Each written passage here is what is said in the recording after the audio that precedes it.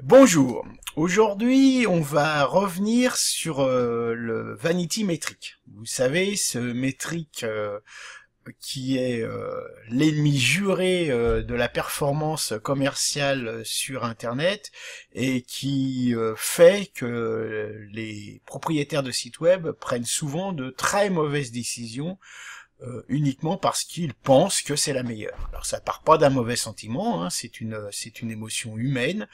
On a tous tendance à penser que ce qu'on dit c'est vrai parce que c'est nous qui le disons. Dans le growth hacking, on a une philosophie, hein, j'en ai déjà parlé dans la vidéo sur le growth hacking, on a une philosophie qui consiste à dire, pour résumer, je ne sais rien, j'essaye, j'analyse et je prends des décisions.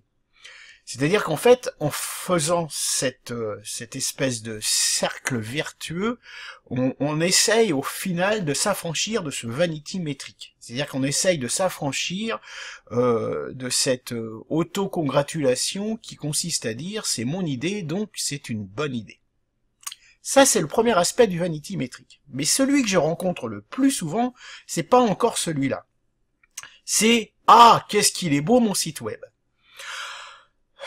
Alors ça, c'est une catastrophe. C'est-à-dire que j'ai beau essayer de faire comprendre aux gens que je rencontre et à vous, mes fidèles spectateurs, que le design d'un site web, s'il est important pour l'expérience utilisateur, s'il est important pour la navigabilité, s'il est important pour le référencement naturel, hein, cocon sémantique, etc., s'il est important pour faciliter le travail de Google, le fait qu'il soit rouge, vert, bleu, jaune, on s'en fout.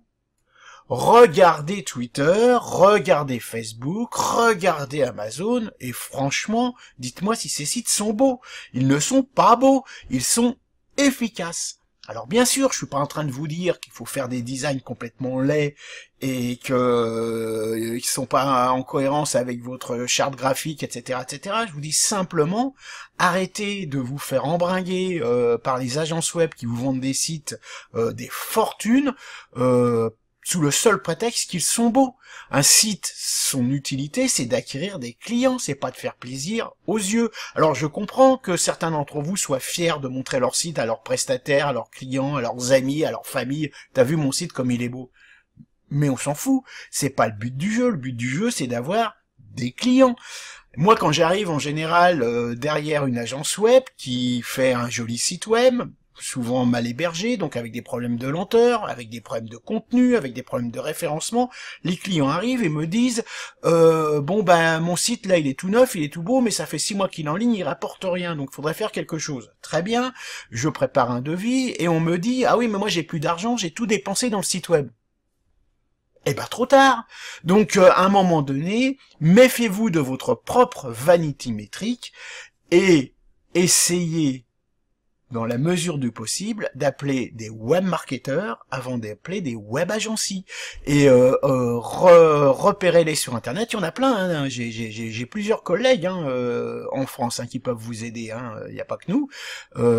Mais surtout de grâce, considérez le design d'un site web comme un outil au service du web marketing et non pas comme une finalité destinée à vous faire plaisir parce que ah qu'est-ce qu'il est beau mon site web.